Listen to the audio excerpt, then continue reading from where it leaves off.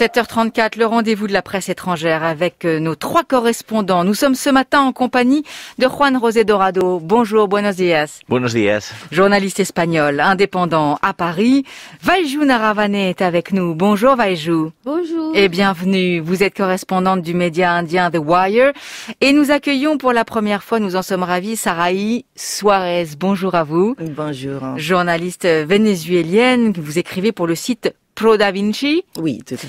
Un site de réflexion sur l'actualité qui recueille les analyses d'historiens, de scientifiques, plus largement d'universitaires sur la situation du pays. Je vais commencer avec vous, Saraí, puisque c'est la première fois que vous venez et parce que, avec Vaiju Naravane, vous n'êtes pas venu donc depuis que la guerre en Ukraine a éclaté. J'aimerais, pour commencer, savoir comment est perçue la guerre dans votre pays. On verra avec vous, Vaiju, puisque Sergueï Lavrov est en visite en Inde pour 2 jours. Mais avec vous, Saraí Suarez, comment, au Venezuela, d'un point de vue des autorités, mais aussi d'un point de vue de la population, comment cette guerre est-elle perçue ? Il y a en effet une vision très différente des uns et des autres. Pour le gouvernement, il y a une évidence de lien avec la Russie. La Russie, c'est un pays qui a soutenu le président Chavez depuis le début de son arrivée au pouvoir. Et cet soutien a continué avec le président Maduro par la suite. D'une façon assez surprenante, parce que le président Maduro a réussi à entretenir tous ces types de relations. Au départ, les gens croyaient pas trop aux possibilités de président Maduro de rester au pouvoir, de pouvoir manier les différentes situations et les défis de moment.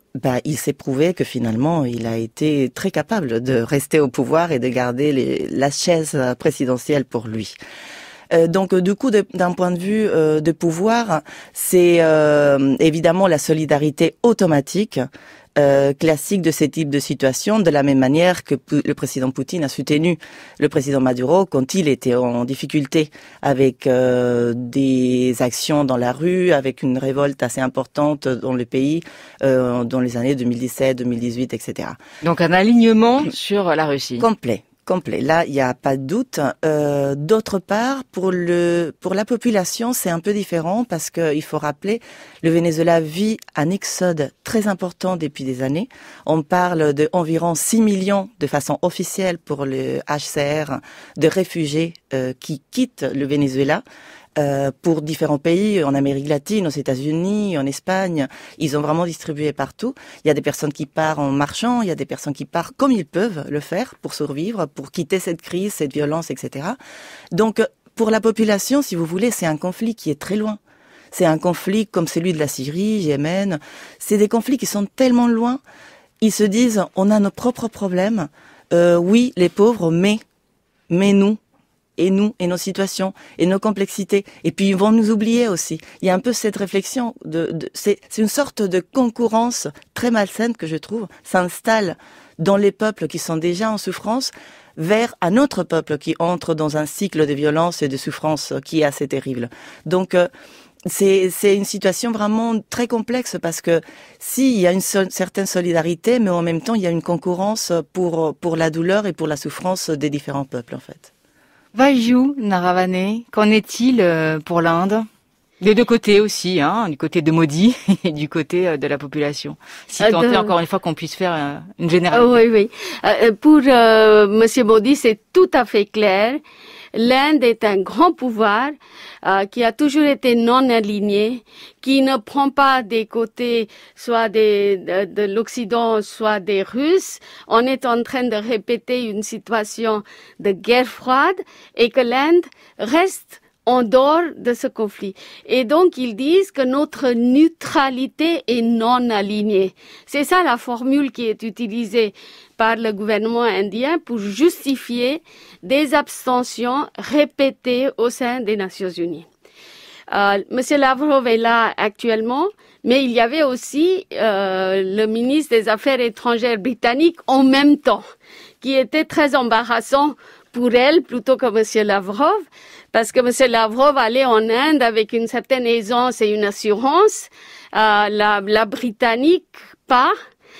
C'était curieux parce que le ex-colonisateur d'aller dans un pays comme l'Inde avec les mains tendues en disant on va vous donner ça et ça, mais soutenez-nous. Et évidemment, on lui a dit sèchement qu'il n'y avait pas question de bouger de la ligne. D'un côté, les Indiens veulent montrer qu'ils sont forts et ils sont un pouvoir. Le deuxième côté aussi, que l'Inde bénéficie énormément de acheter le pétrole russe à prix battu. Troisièmement, ils ont l'habitude d'avoir une espèce de commerce roupie-rouble.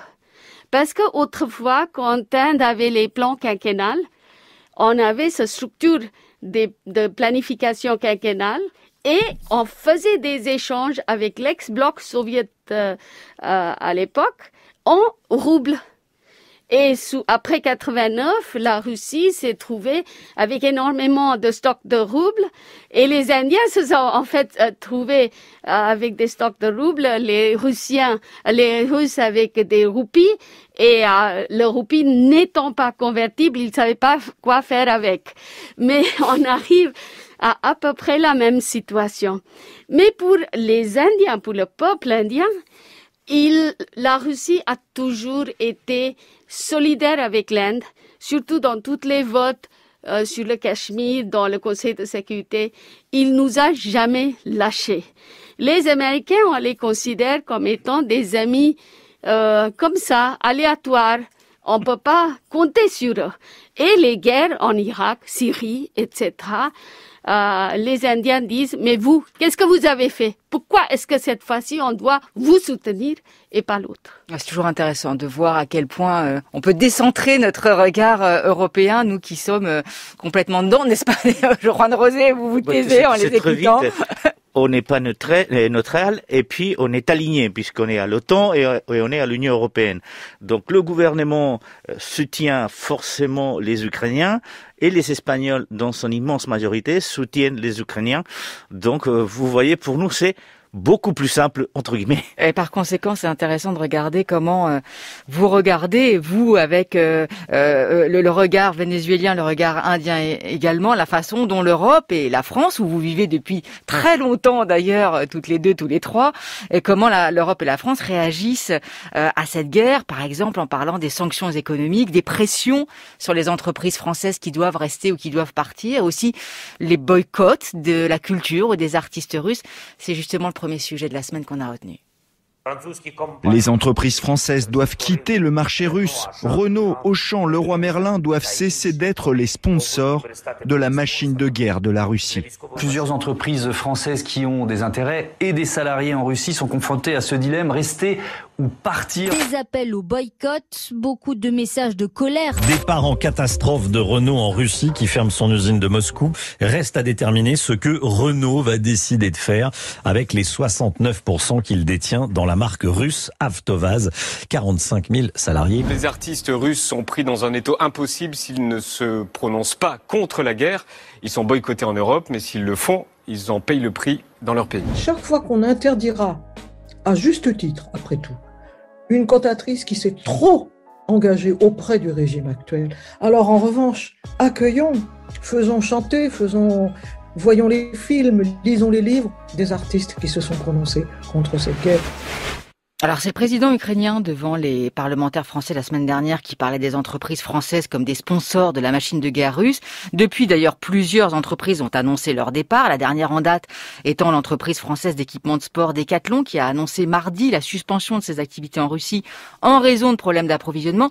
Et la pression touche également la culture russe, comme le déplorait à l'instant l'académicienne Danielle Salnav. C'était sur France Culture. Je vais vous poser la question à vous, Juan Rosé, puisqu'on vous a pas encore entendu. Et je crois que la question du débat, enfin plutôt le débat sur le fait que les entreprises doivent rester ou partir, concerne également les entreprises espagnoles et notamment le premier groupe qui est d'entre eux Inditex, qui détient notamment Zara, qui est le premier client, dont la Russie, est le premier client. Et tout à fait. Donc la première des choses, c'est que nous n'avons pas les mêmes liens économiques que la France avec la Russie. Les nôtres sont beaucoup plus faibles. Mais c'est vrai que Zara, son premier marché, hormis l'Espagne en Europe, c'est la Russie. Aujourd'hui, Aujourd'hui, Sarah a dû fermer au début du mois de mars ses 527 magasins en Russie. Et ça représente pour Sarah quand même énormément d'argent, puisque c'est 1 milliard d'euros de chiffre d'affaires tous les ans, et qui représente donc dans leur chiffre d'affaires global quand même une quantité assez importante. Et Sarah a attendu par contre, comme la plupart des entreprises, jusqu'à la dernière minute pour partir. Encore une fois, c'est vrai que les liens économiques entre l'Espagne et la France et l'Espagne et la Russie sont pas si fortes, et donc on le sont passés forcément, mais pas au même niveau que la France. Nous n'avons pas des Renault, nous n'avons pas d'Auchan, de Leroy Merlin, etc. Et donc à ces niveaux-là, effectivement, l'Espagne suit la tendance qui a été instaurée en Europe, avec une certaine hypocrisie quand même des gouvernements européens qui effectivement ne demandent pas directement aux entreprises de partir, mais font pression pour qu'elles s'en aillent en fin de compte. Donc vous voyez, ça coûte, soutenir les Ukrainiens, ça coûte aux entreprises, que ça soit espagnoles ou françaises bien évidemment. Oui, d'où le débat, hein. Ça coûte aux entreprises, ça coûte aux salariés, ça coûte aussi à la population russe, qui est une partie du débat ici, puisque on dit qu'il faut toucher l'entourage, donc les oligarques, l'entourage de Vladimir Poutine, et puis certains s'interrogent sur le fait que ça touche avant tout la population russe. Comment regardez-vous cela, Vahidjou Benramane? Écoutez, il y a un article d'une importance assez capitale qui a été écrit récemment par quelqu'un qui s'appelle Raghuram Rajan, qui était anciennement le directeur du Banque centrale de l'Inde, mais qui est aujourd'hui professeur distingué de l'économie à l'université de Chicago. Il a dit qu'on n'a jamais vu des sanctions aussi important, aussi fort, qui punissent la Russie d'une manière terrible.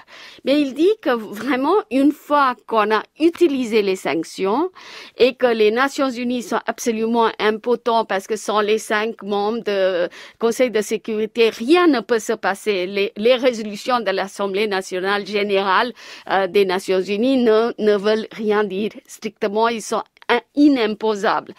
Mais il dit que cette arme qu'on a maintenant créée, le système SWIFT, aujourd'hui, il y a des Chinois qui sont en train de préparer leur système SWIFT.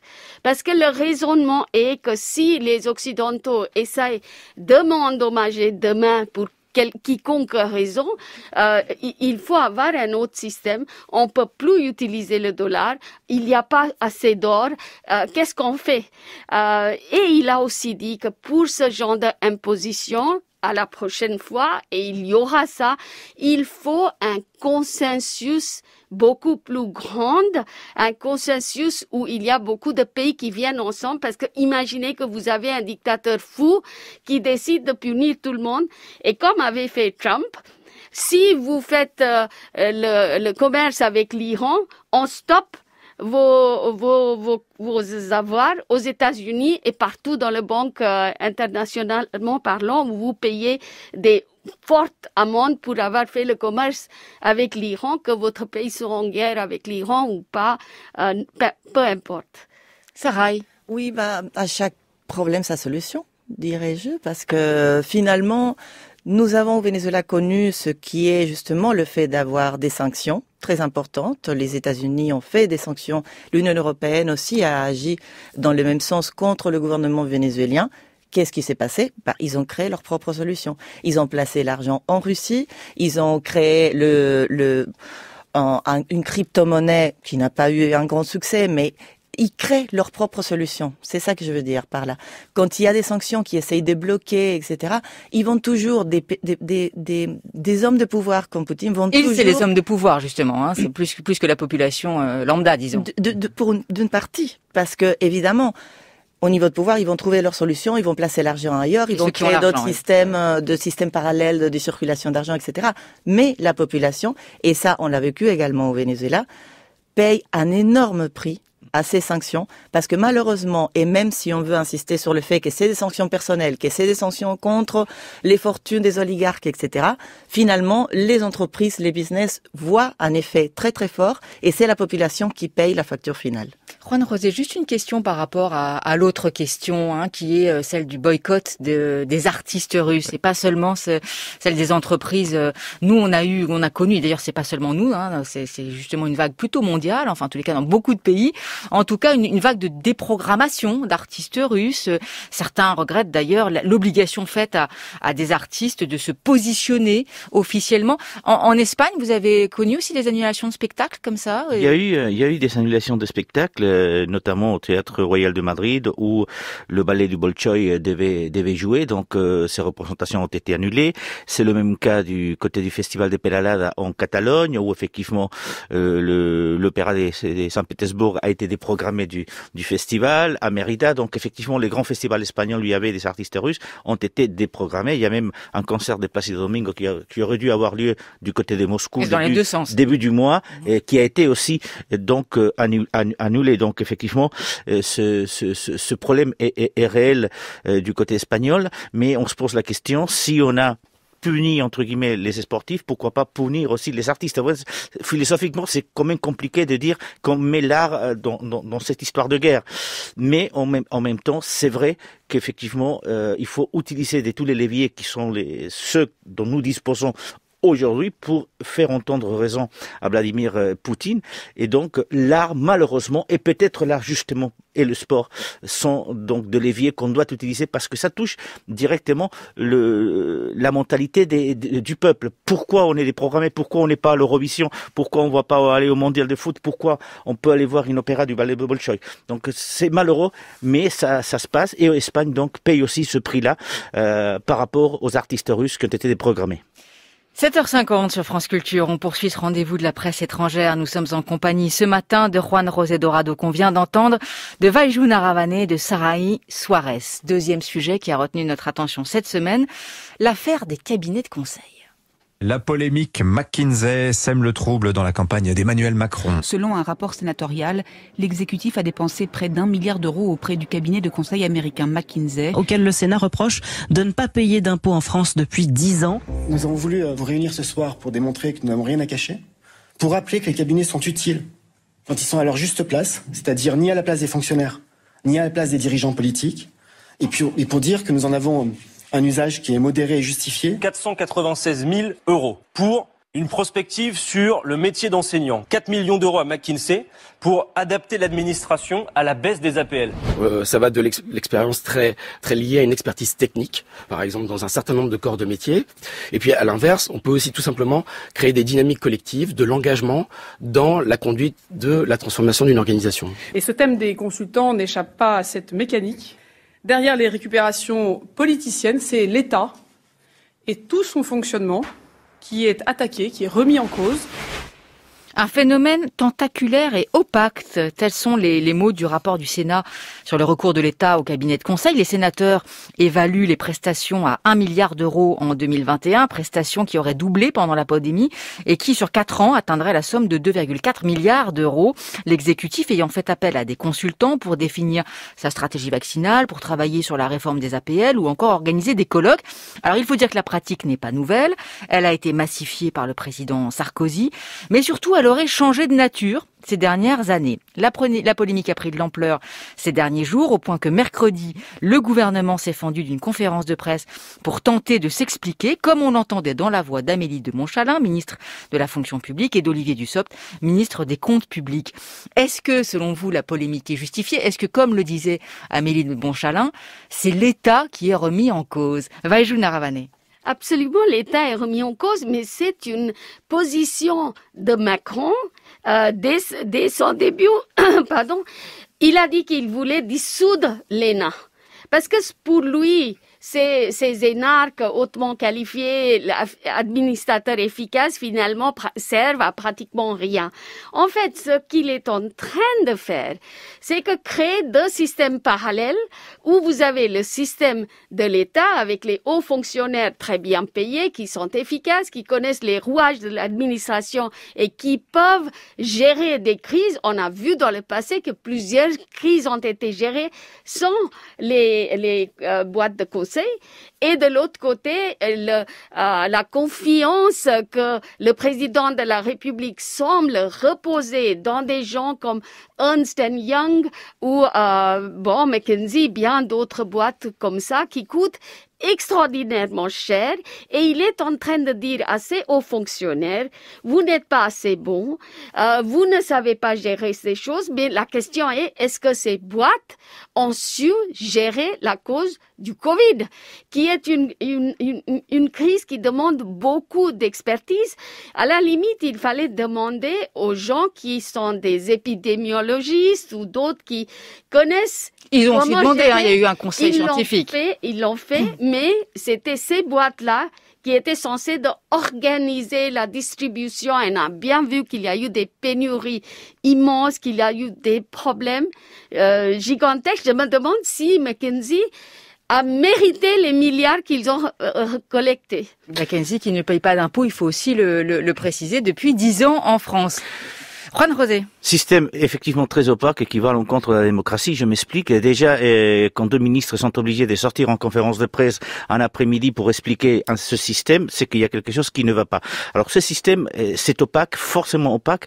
Je reconnais mon ignorance. À un moment donné, je pensais ils étaient beaucoup moins utilisés du côté espagnol. Et en cherchant, on s'est rendu compte qu'effectivement, ils sont très utilisés aussi en Espagne par le gouvernement.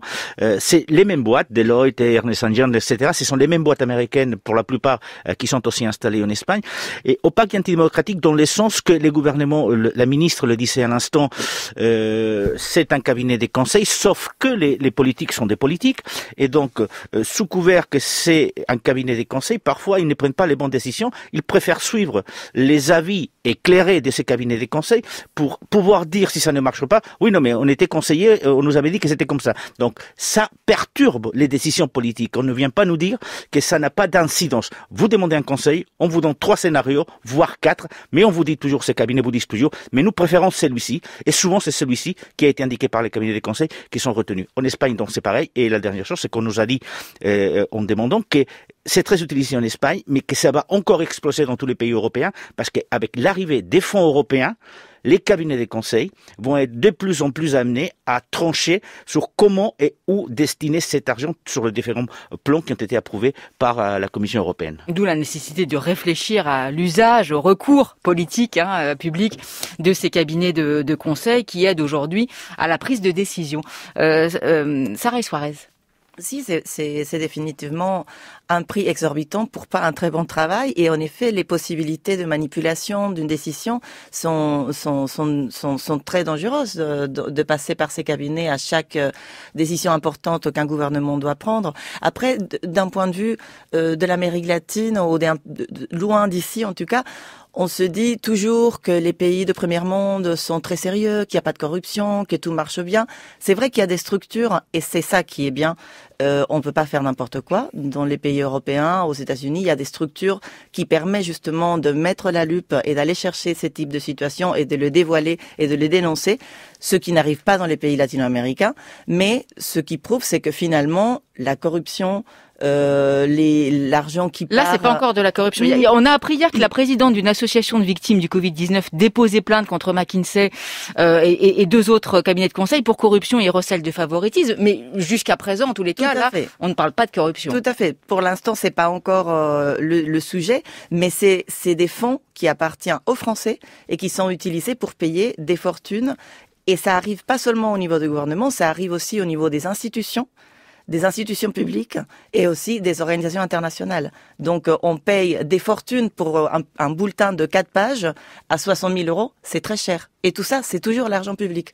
Donc, ça peut s'appeler comme vous voulez, pas corruption, on peut lui donner l'étiquette qu'on veut, mais c'est l'argent public qui part ailleurs, pas là où elle devrait être. Dernière petite question, Juan José. Ce sujet comme ultime sujet politique d'une campagne déjà à Thônes, vous en pensez quoi ? Je pense que ça va pas avoir des grosses incidences par rapport à la campagne française. Ça va conforter ceux qui ne votent pas pour Macron dans l'idée qu'il faut pas voter pour Macron.